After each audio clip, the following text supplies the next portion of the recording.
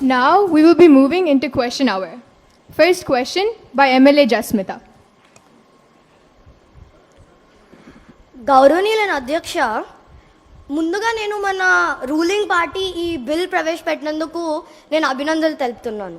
కానీ ఇప్పుడు పాయింట్కి వస్తే మన తెలంగాణ ఒలింపిక్స్లో ఎన్ని మెడల్స్ గెలిచిందో తెలుసా? 2024లో 0, 100కి 0 మన ఆర్యభట్ట కనిపెట్టిన సంఖ్యతో సమానం. సరే మెడల్స్ రాలేదు, పోనీ వదిలేద్దాము అంటే అసలు ఎంతమంది పాల్గొన్నారో కూడా తెలియదు. మన ప్రభుత్వం ఏం చేస్తుంది? గాజులు తొడుక్కుని ముద్దమందారం serial చూస్తుందా? I demand the ruling party to answer what will be the next plans for the Olympics. Thank you. I request MLA Meda to please answer the question. Respected speaker, permission to speak. Go ahead. मेरे ख्याल से opposition चाहते हैं कि Virat Kohli swimming करने लग जाए. नहीं, मैं चाहता हूं कि हमारे ऑपोजिशन लीडर यूएस जाके पूछे कि उन्होंने कितने क्रिकेट वर्ल्ड कप जीते हैं या यूके ने कितने कबड्डी चैंपियनशिप जीते हैं. ऐसा नहीं है कि हम कोशिश नहीं कर रहे हैं, हम जरूर कर रहे हैं, परंतु ये हमारी ताकत नहीं है. लेकिन ये मेरा वादा है कि अगले ओलंपिक्स में भारत मेडल लाएगा. We will bring home the medals. Now, I would like to speak on behalf of our under-18 Chief Minister Vardhan and our Chief Motivator Shri Revant Reddy Garu. Hyderabad में रोज हर एक दिन नए से नए स्पोर्ट्स स्टेडियम बन रहे हैं और sports facilities have been improving day by day. और हमारे ऑपोजिशन लीडर अगर इंस्टाग्राम रील्स छोड़ के कभी न्यूज भी देख लिया करे, तब उनको पता रहेगा कि नवंबर में एक सीएम कप भी आने वाला है. Yes, there is going to be a CM cup in November and we are also organising the under eighteen Olympics with the help of Telangana state authority. तो फिजिक्स और सोशल साइंस ट्यूशन जाने के बगैर अगर हम ओलंपिक्स में भी पार्टिसिपेट करें तो it will mean a lot to the sports of India as well.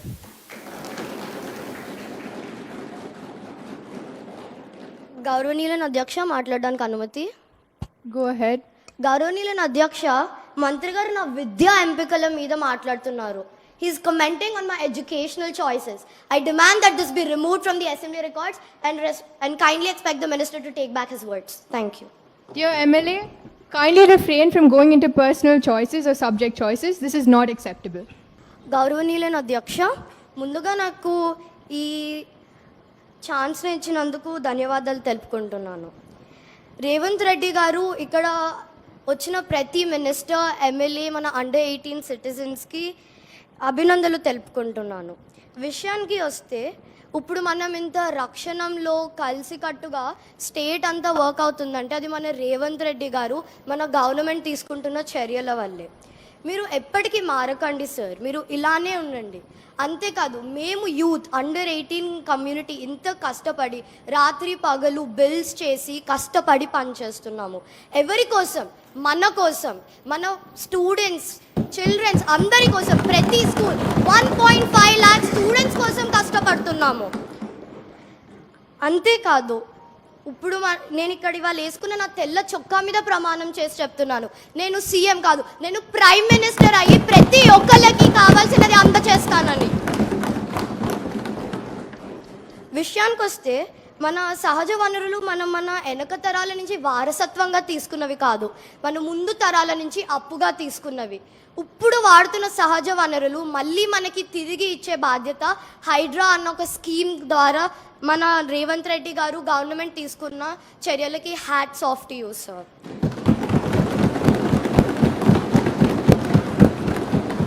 Hydraa efforts వల్ల ఫ్లడ్స్ ఆగుతున్నాయి. ఇంకా హైదరాబాద్ ఎప్పటికీ ఒక సురక్షితవంతమైన నగరంగా ఉంటుంది. హైడ్రా ఒక స్కీమే కాదు, కోట్లాది ప్రజలకి వెలుగు లాంటిది. జై హైడ్రా, జై తెలంగాణ. అధ్యక్ష, నేను నా స్పీచ్ ముగించే ముందు I would like your permission to make every member of the under-18 community to stand up and thank all the ministers and Revant Reddy sir in our under-18 side. All the members please rise. 3, 2, 1.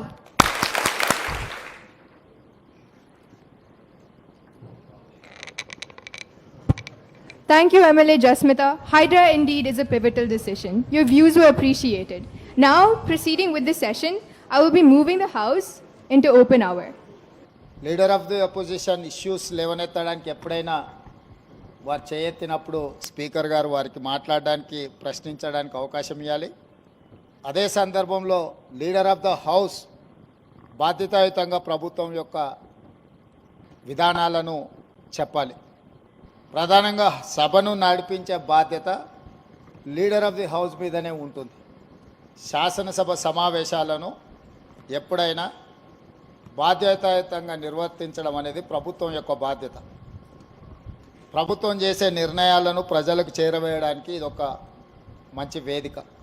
కాబట్టి ఎప్పుడు కూడా ప్రతిపక్షాలు ఒకవేళ సమస్యల తీవ్రతను బట్టి నిరసన తెలిపినా ఆందోళన చేసినా కూడా ప్రభుత్వం సమన్వయంతో సమస్యలకు సరైన సమాధానం చెప్పుకుంటూ ప్రతిపక్షాలను సమన్వయం చేసుకొని సభను నడిపించడానికి చూడాలి.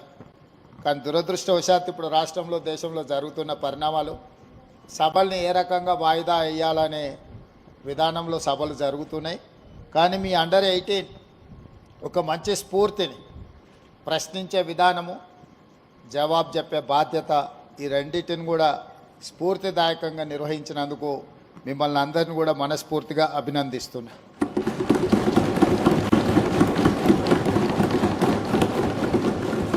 అదేవిధంగా ఈరోజు 14th నవంబర్ భారతదేశ మొట్టమొదటి ప్రధానమంత్రి పండిత్ జవహర్లాల్ నెహ్రూ గారు జన్మదినము. ఇది బాలల దినోత్సవం.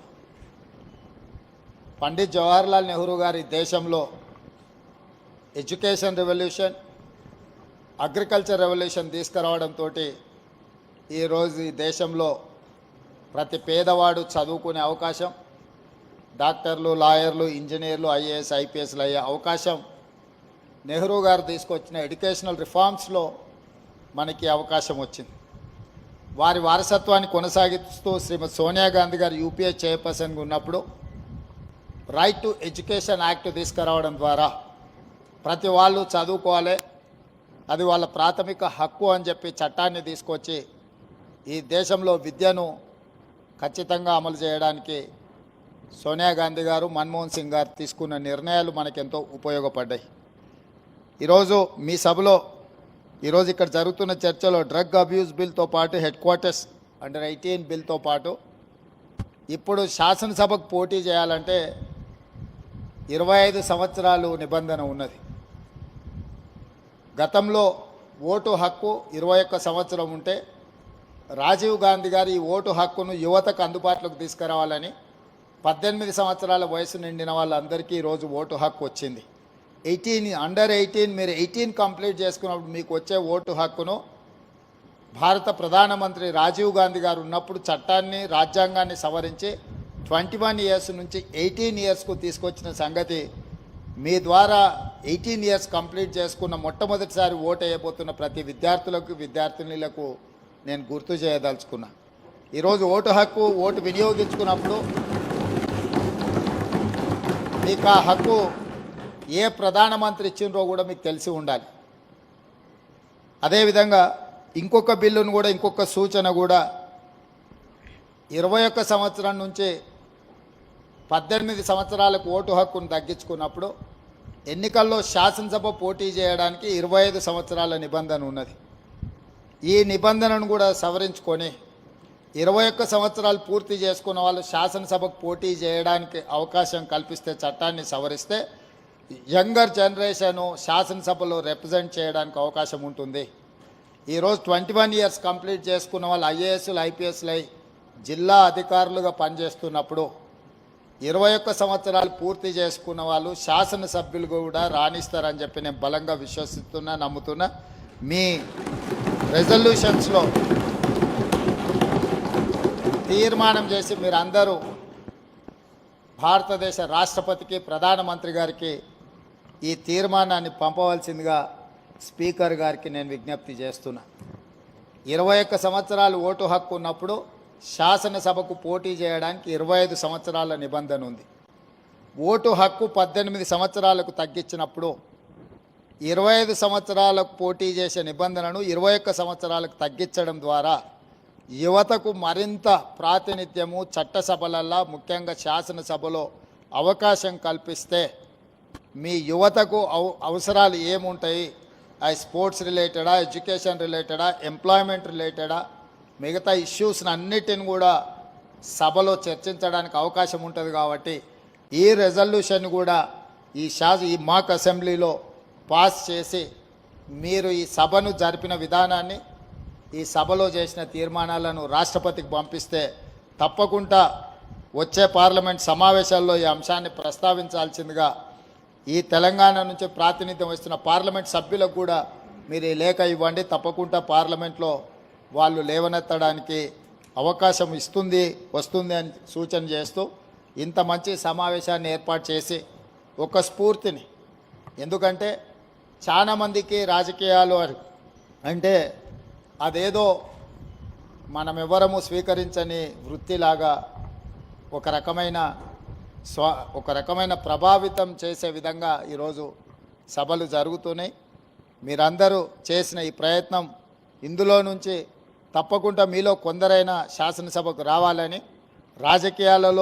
మీరు రాజకీయాలను వృత్తిగా ఎంచుకోవాలని మీ అందరికీ సూచన చేస్తూ మీ అందరి దగ్గర సెలవు తీసుకుంటున్నాను.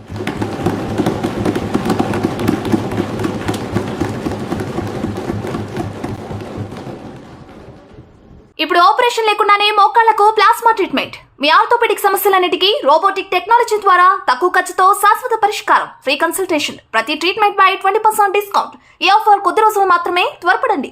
V9 hospitals 9281465842.